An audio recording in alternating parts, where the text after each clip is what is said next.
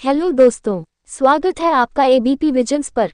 दोस्तों, हम air India के उस दूसरे भाग में आपका तहे दिल से स्वागत करते हैं, जहां हमने पहले भाग में जाना था कि एलसिन बब्बर खालसा आतंकवादी ने किस तरह से 329 लोगों को मौत के घाट उतारा था, और अब हम जानेंगे कि क्यों और किस वजह से खालिस्तानी आतंकवादी संगठन बब्बर खालसा ने इंसानियत को तार तार करने वाले और क्या क्या गुनाह किए। तो आइए चलते हैं। एक बार फिर कैनेडियन पैसिफिक एयरलाइंस की फ्लाइट में रखा एक सूटकेस टोक्यो पहुंच गया, लेकिन एलसिन नहीं पहुंचा। ये सूटकेस भी एयर इंडिया की फ्लाइट में चढ़ जाता, लेकिन यहाँ एलसिन से एक गलती हो गई। कनाडा और अमेरिका में डे लाइट सेविंग चलती है, मतलब गर्मियों में घड़ियों को 1 घंटा आगे बढ़ा दिया जाता है और जाड़ों में 1 घंटा पीछे कर दिया जाता है। चूंकि टोक्यो में डे लाइट सेविंग का नियम नहीं है, इसलिए टाइम बम में टाइमर लगाते समय इस 1 घंटे के फर्क का ध्यान नहीं रखा गया और बम में फीड किए गए समय के मुताबिक फ्लाइट से 1 घंटा पहले ही जब सूटकेस टोक्यो में बैगेज एरिया में था तभी उसमें विस्फोट हो गया। इस घटना में 2 लोगों की जान चली गई, लेकिन किस्मत से एयर इंडिया फ्लाइट 301 के सभी यात्री बच गए। 1985 जून के शुरुआती हफ्ते में राजीव गांधी अमेरिका के दौरे पर जाने वाले थे। ऑपरेशन ब्लू स्टार की पहली बरसी भी आने को थी, इस लिहाज से अमेरिका और कनाडा में राजीव की सुरक्षा का कड़ा बंदोबस्त किया गया था। कनाडा में बब्बर खालसा नाम के सिख चरमपंथी संगठन पर खास नजर थी। इसका मुखिया तलविंदर सिंह परमार था। साल 1970 में तलविंदर ने कनाडा की स्थायी नागरिकता ले ली थी और 1978 में उसने बब्बर खालसा इंटरनेशनल की शुरुआत की थी, जिसकी मांग सिखों के लिए एक अलग देश खालिस्तान की थी। 1983 में तलविंदर कुछ दिन जर्मनी में जेल में रहा और 1984 में रिहा होकर वापस कनाडा आ गया। भारत में उसने पंजाब पुलिस के 2 ऑफिसर्स की हत्या की थी, इसलिए भारत सरकार ने उसके प्रत्यर्पण की कोशिश भी की, लेकिन कनाडा सरकार राजी न हुई। राजीव गांधी के दौरे के मद्देनजर कनाडा सीक्रेट पुलिस तलविंदर पर नजर रख रही थी। पता चला कि तलविंदर कुछ लोगों से मुलाकात कर रहा था। इनमें से एक शख्स था इंद्रजीत सिंह रियात। ब्रिटिश कोलंबिया में रहने वाला एक अदना सा मिल मजदूर इंद्रजीत ऑपरेशन ब्लू स्टार के बाद कहा करता था कि भारत से बदला लेना है। तलविंदर एक स्कूल में काम करने वाले हरदीप सिंह जोहल और रिपुदमन सिंह मलिक से भी मिलता था। मलिक कनाडा की सिख कम्युनिटी में काफी रसूख रखता था और खालिस्तान आंदोलन से जुड़ा था। इनके अलावा एक और शख्स था अजायब सिंह बागड़ी। 1984 के सिख दंगों के बाद बागड़ी ने एक भाषण में कहा था कि वो 50,000 हिंदुओं की हत्या कर बदला लेगा।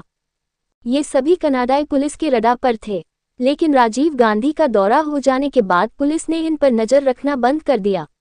यही कनाडा की सुरक्षा एजेंसियों से भारी चूक हुई। ऑपरेशन ब्लू स्टार और दिल्ली में सिख नरसंहार के बाद कनाडा के सिख समुदाय में भारी गुस्सा था। उस साल हिंदू कनेडियन नागरिकों पर हमले की कुछ वारदातें भी हुईं। कनाडा के गुरुद्वारों से खालिस्तान जिंदाबाद के नारे उठ रहे थे। इसी बीच बब्बर खालसा एयर इंडिया में यात्रा न करने की चेतावनी जारी करने लगा था। कहा जा रहा था कि एयर इंडिया के प्लेन बीच आसमान से टिपकेंगे, लेकिन कनाडा की अथॉरिटी इससे बेपरवाह थी, क्योंकि ये असल में भारतीय हिंदुओं और भारतीय सिखों के बीच का मामला था। कनाडा के लोगों को खालिस्तान, हिंदू और सिख जैसे शब्दों से कोई लेना देना नहीं था, न ही इसमें उनका कोई नुकसान था। 23 जून के बम हमले से 2 हफ्ते पहले भारतीय खुफिया एजेंसी रॉ ने कनाडा की सुरक्षा एजेंसियों को आगाह किया था। ये भी बताया था कि किसी प्लेन पर हमला हो सकता है, लेकिन फिर भी उन्होंने इस मामले में चूक की। 23 जून के कुछ दिन पहले तक कनाडा की पुलिस ने तलविंदर का फोन टैप किया हुआ था। हमले के 4 पहले तलविंदर ने फोन पर हरदीप सिंह जोहल से पूछा, कहानी लिख दी है? दूसरी तरफ से जवाब आया, नहीं। इस पर तलविंदर ने जवाब दिया, लिख दो। 22 जून को तलविंदर के पास एक और कॉल आया। दूसरी तरफ से कहा गया, कहानी लिख दी है, देखना है तो आ जाओ। कहानी लिख देने से यहाँ मतलब फ्लाइट में टिकट बुक कराने से था। बम तैयार करने की जिम्मेदारी इंद्रजीत सिंह रियात की थी। उसने लोकल स्टोर से बम बनाने का सामान भी खरीदा, लेकिन इस पर किसी ने ध्यान नहीं दिया। वजह वही, भूरे लड़ मर रहे थे और गोरों को इससे कोई दिक्कत नहीं थी। इस प्लेन हादसे में भारतीय एक्टर इंदर ठाकुर भी अपने परिवार सहित चल बसे थे। ये वही इंदर ठाकुर है जो फिल्म नदिया के पार में सचिन पिलगांवकर के बड़े भाई बने थे। अगर कनाडा की पुलिस चाहती तो ये बम ब्लास्ट रोक सकती थी। दिसंबर 1984 में पुलिस के 2 मुखबिरों ने पुलिस एयर इंडिया में ब्लास्ट की जानकारी दी थी, जिसे पुलिस ने गंभीरता से नहीं लिया।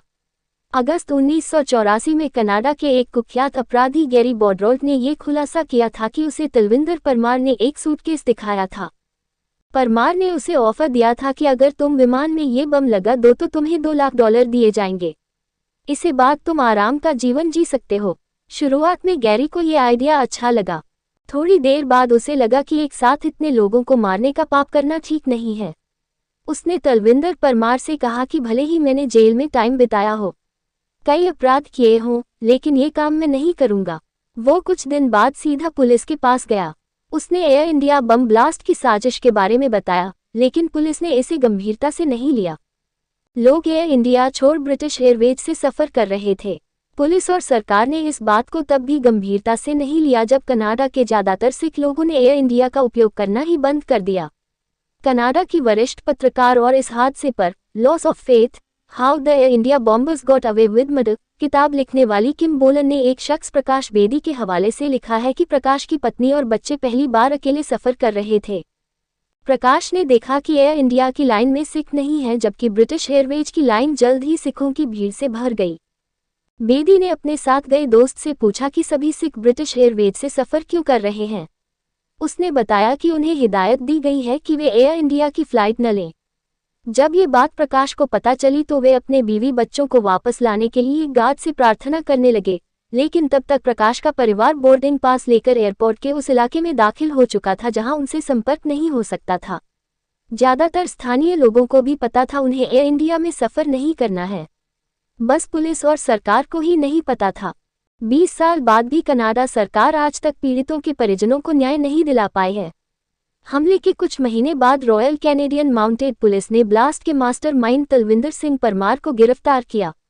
पुलिस ने केस दर्ज किया, लेकिन सबूतों के अभाव में उसे रिहा कर दिया गया।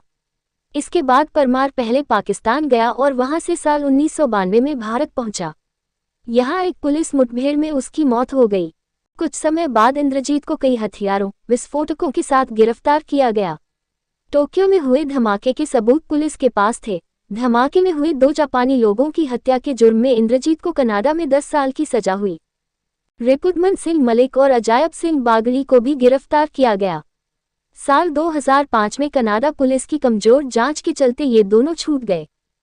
फ्लाइट में बम भरे सूटकेस रखने वाले एम सिंह और एल सिंह कौन थे, ये कभी पता नहीं चला।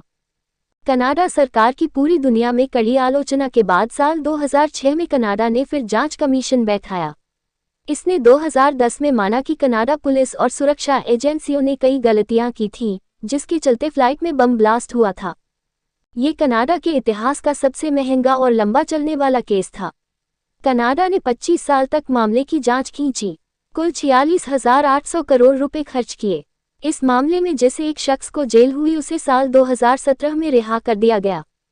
कनिष्क प्लेन की घटना के बाद खालिस्तान चरमपंथियों ने एक नई थ्योरी को जन्म देने की भी कोशिश की, जिसके अनुसार परमार भारत का खुफिया एजेंट था और उसने प्लेन गिराने की साजिश इसलिए रची ताकि खालिस्तान आंदोलन की छवि खराब की जा सके।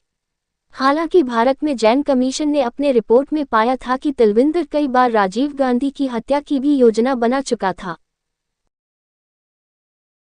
दोस्तों, अगर आपको हमारा वीडियो पसंद आया है तो वीडियो को लाइक करें, वीडियो के कमेंट बॉक्स में एक प्यारा सा कमेंट करें, चैनल को सब्सक्राइब करें और बेल आइकॉन को दबाना मत भूलिएगा ताकि हम आपसे मिल सके सबसे पहले। धन्यवाद।